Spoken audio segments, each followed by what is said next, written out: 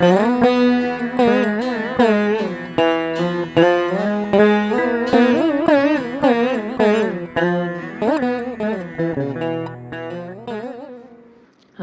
மகரிஷிகள் திருவடிகள் போற்றி போற்றி.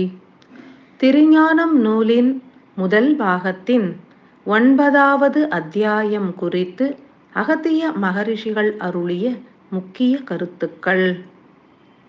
அன்புடைய ஆன்மாக்களுக்கு அகத்தீசனின் அருளாசிகள்.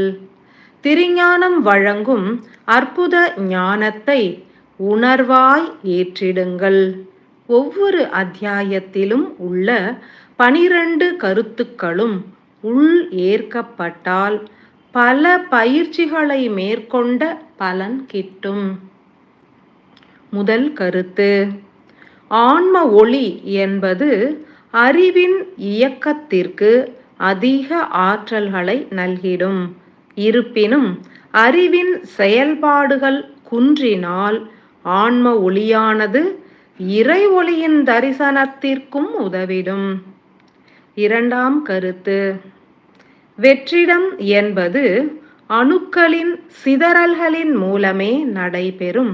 எனில் ஆசைகள் நிறைவேறிடவும் பற்றுகள் நீங்கிவிடவும் தொடர் செயலாய் இறைவனை பிரார்த்திக்க வேண்டும்.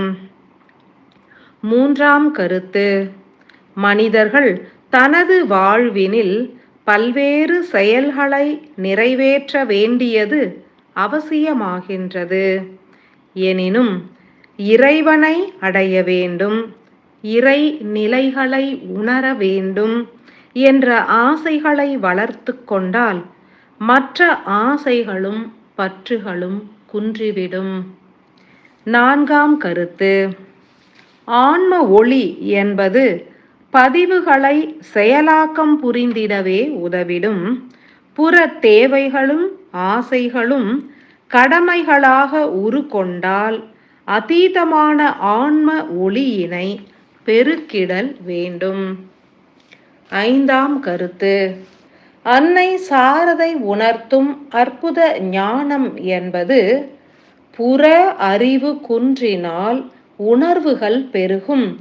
உணர்வுகளும் குன்றினால் அன்பு எனும் இறை சக்தி பெருகும்.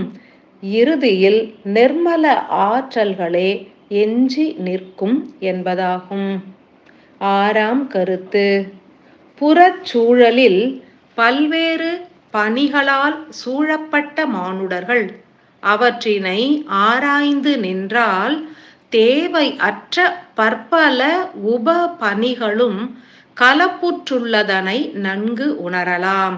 அவசியமான பணிகளை மாத்திரமே ஏற்றால் எண்ணங்கள் ஒருநிலைப்படும். ஏழாம் கருத்து, எதிர்மறை மற்றும் நேர்மறை அணுக்கள் யாவும் சிதறினால் ஆங்கே ஆன்ம ஒளியும் இறை ஒளியும் பெருகும். பற்றுகளையும் ஆசைகளையும் புறம் நீக்கினால் அன்றி இறை பற்றினை அதிகரித்தால் அணுச்சிதறல்கள் நிகழ்ந்து வெற்றிடமானது பெருகும். எட்டாம் கருத்து, மனிதர்கள் தங்களுடைய ஆன்ம ஒளியினை அதிகரிக்க வேண்டும் எனில் ஓர் எளிய உபாயம் உண்டு. ஆன்ம ஒளி நிறைந்த மானுடர்களினுடைய தொடர்பினை ஏற்று நற்செயல்களை ஆற்றிடல் வேண்டும். ஒன்பதாம் கருத்து, உள் மூளையில் உள்ள அணுக்கள் யாவும் சிதறினால் மாத்திரமே ஒளியானது பரவும்.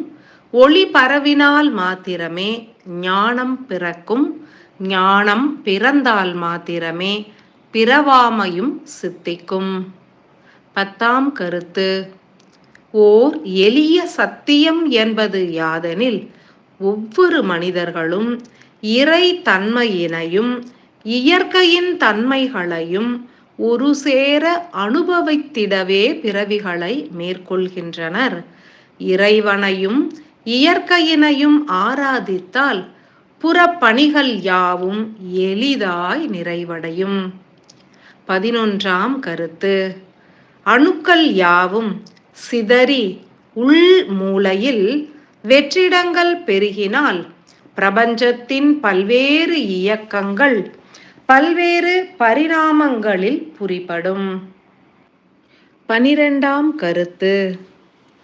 இவ்வத்தியாயம் எடுத்துரைக்கும் இறுதி கருத்து என்பது வெற்றிடங்களை பெருக்கி இயங்கா தன்மையில் நிலைத்தால் ஏகாந்தம் எனும் உணர்வு பெருகும்.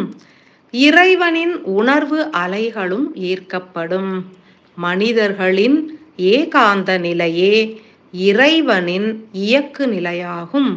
இறைவனின் ஏகாந்தமே இப்பிரபஞ்சத்தின் இயக்கு நிலை. உணர்வோர் யாவரும் உத்தம நிலைகளை எய்திடுவர். ஆசிகளை பொழிகின்றேன். அன்பான ஆசிகள்.